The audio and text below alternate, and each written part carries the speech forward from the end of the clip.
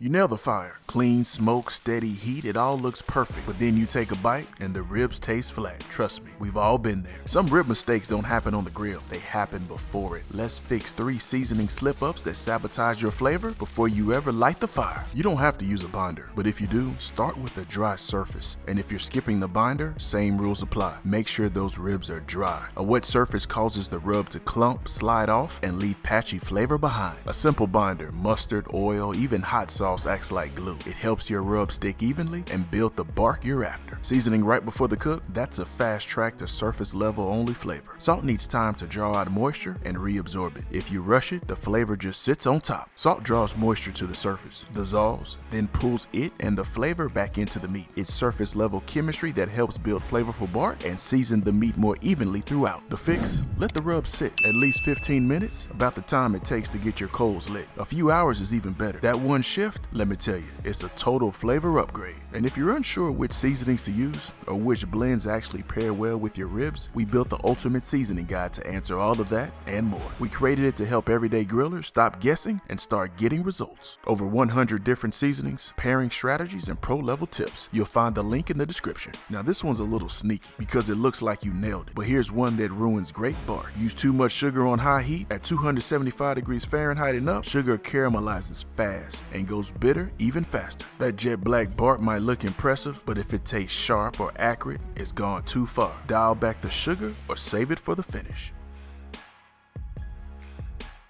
Quick recap: dry surface, better bark. Rest time, real flavor. Too much sugar, bitter bark. Fix these 3 and you'll finally get ribs that taste as good as they look. Be sure to hit that like button, hit that subscribe button, and leave us a comment. We'd love to hear from you. Until next time, grill boldly, serve proudly, and enjoy the process.